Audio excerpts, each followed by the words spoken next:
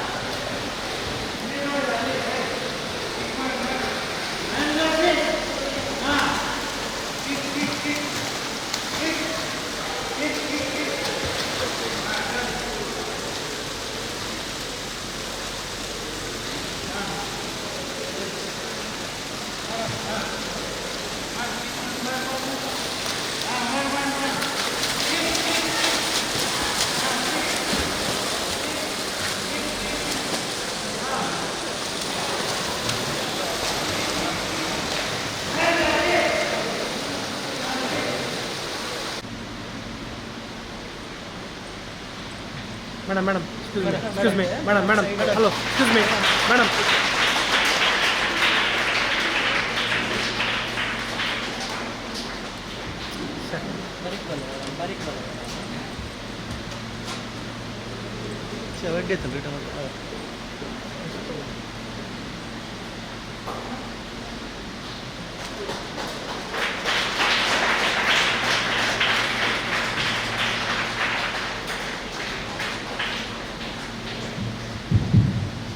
ಈ ಶಾಲೆಯಲ್ಲಿ ಅವರಿಗೆ ಉಳಿಲಿಕ್ಕೆ ಅವಕಾಶ ಇದೆ.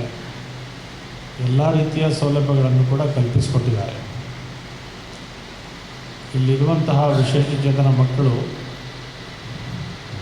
ಅವರೆಲ್ಲೋ ನಾವು ನಿರ್ಲಕ್ಷಿತರಾದಂತಹ ಒಂದು ವ್ಯವಸ್ಥೆಯಲ್ಲಿ ಇದ್ದೇವೆ ಅಂತನ್ನುವ ಅನಿಸಿಕೆ ಅವರ ಮನಸ್ಸಿಗೆ ಯಾವುದೇ ಕ್ಷಣದಲ್ಲಿ ಅನಿಸದ ಹಾಗೆ ಎಲ್ಲ ರೀತಿಯ ಸೌಲಭ್ಯಗಳು, ಆತ್ಮೀಯತೆ, ಪ್ರೀತಿ, ಮಾತೃವಾತ್ಸಲ್ಯ, ಬಾಂಧವ್ಯ ಇದೆಲ್ಲವನ್ನು ಕೂಡ ಕಲ್ಪಿಸಿರುವಂತಹ ವ್ಯವಸ್ಥೆ ಈ ಸಾನ್ನಿಧ್ಯದಲ್ಲಿ ಉಂಟಾಗಿದೆ. ಅವರಿಗೆ ಬೇಕಾದಂತಹ ಒಂದು ಆತ್ಮೀಯತೆ ಇರ್ಬೋದು, ಕೌನ್ಸಿಲಿಂಗ್ ಇರ್ಬೋದು, ವ್ಯಾವಹಾರಿಕ ಜ್ಞಾನವನ್ನು ಉಂಟು ಮಾಡುವಂತಹದ್ದಿರ್ಬೋದು, ಅವರು ಊಟೋಪಚಾರದ ವಿಚಾರ ಇರ್ಬೋದು, ಹೀಗೆ ಪ್ರತಿಯೊಂದನ್ನು ಸೂಕ್ಷ್ಮವಾಗಿ ಗಮನಿಸಿ ಇಲ್ಲಿ ವ್ಯವಸ್ಥೆಗಳನ್ನು ಕಲ್ಪಿಸಿರ್ತಕ್ಕಂಥದ್ದು ನಿಜವಾಗ್ಲೂ ತುಂಬ ಸಂತೋಷದ ಸಂಗತಿ. ನಮ್ಮಲ್ಲಿಂದ 2 ಶಾಲೆಗಳಿದೆ. ಅದಕ್ಕೆ ಸಹನ ಶಾಲೆ ಅಂತ ಹೆಸರನ್ನು ಕೊಟ್ಟಿದೆ. ಆ ಹೆಸರನ್ನು ಕೊಡಲಿಕ್ಕೆ ಕಾರಣ ಏನು ಅಂತಂದರೆ, ಈ ಮಕ್ಕಳ ಬಗ್ಗೆ ಯಾವಾಗ ಜೊತೆಯಲ್ಲಿ ಇರಬೇಕಾದ್ರೂ ಕೂಡ ಪೇಷನ್ಸ್ ಭಾಳ ಮುಖ್ಯ ಅಂತ ಅನ್ನೋ ಕಾರಣ ಇದೆ. ಸಹನೆ ಇದ್ದರೆ ಮಕ್ಕಳನ್ನು ಜೋಪಾನ ಮಾಡ್ಬೋದು ಅನ್ನೋ ಕಾರಣದಿಂದಾಗಿ ಸಹನನ ಹೆಸರನ್ನು ಕೊಟ್ಟಿದೆ. ಆದರೆ ಇಲ್ಲಿರೋ ಎಲ್ಲ ಸೌಲಭ್ಯಗಳು ಕೂಡ ಇಲ್ಲ. ಅದು ಡೇ ಸ್ಕಾಲರ್ಸ್ ಮಾತ್ರ ಇರ್ತಕ್ಕಂತಹದ್ದು. ಅಲ್ಲಿ ಮಕ್ಕಳು ಬಂದಿದ್ದಾರೆ, ರಾಷ್ಟ್ರೀಯ ಅಂತಾರಾಷ್ಟ್ರೀಯ ಮಟ್ಟದ ಸ್ಪರ್ಧೆಗಳಲ್ಲಿ ಹೋಗಿ ಬಂದಿದ್ದಾರೆ. ಮಕ್ಕಳ ಬಗ್ಗೆ ಕಾಳಜಿ ಉಳ್ಳವರು.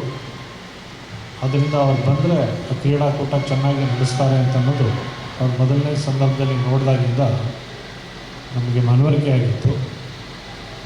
ಅಲ್ಲಿ ಅವ್ರು ಬಂದಾಗ ವಿದ್ಯಾರ್ಥಿಗಳ ಜೊತೆ ಒಡನಾಡ್ತಾ ಇದ್ದದ್ದು, ಅವ್ರಿಗೆ ಸೂಚನೆಗಳನ್ನು, ಸಲಹೆಗಳನ್ನು ಕೊಡ್ತಾ ಇದ್ದದ್ದು, ಮತ್ತು ಎಲ್ಲಕ್ಕಿಂತ ಅವ್ರ ಜೊತೆ ಆತ್ಮೀಯವಾಗಿ ಸಂಬಂಧವನ್ನು ಬೆಳೆಸ್ತಾ ಇದ್ದದ್ದು ನೋಡಿದ್ರೆ ಒಂದು ರೀತಿ ಆಶ್ಚರ್ಯದ ಸಂಗತಿಯಾಗಿತ್ತು.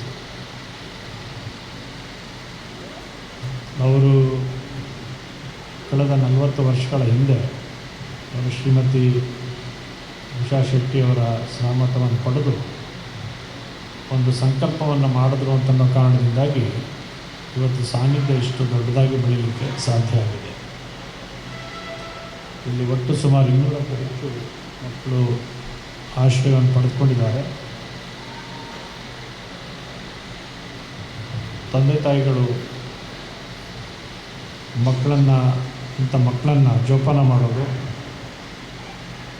ಅವರ ಕಾರ್ಯಶೈಲಿಯ ಕಾರಣದಿಂದಾಗಿ ತೊಂದರೆಯಾಗುತ್ತೋ ಅಂತನ್ನುವಂತಹ ಸಂದರ್ಭದಲ್ಲಿ ಬಹುಶಃ ಅವರಿಗೆ ಒಂದು ಭಗವಂತನ ಕೃಪೆ ಆಗಿದೆ ಅನ್ನೋ ರೀತಿಯಲ್ಲಿ ಈ ಸಾನ್ನಿಧ್ಯ ಅಂತ ಪೋಷಕರೆಲ್ಲರಿಗೂ ಕೂಡ ತಂದೆ ತಾಯಿಗಳಿಗೆ ಒಂದು ಆಶ್ರಯ ಸ್ಥಾನವಾಗಿದೆ ಅಂತಂದರೆ ಅದು ಅತಿಶಯೋಕ್ತಿಯ ಮಾತು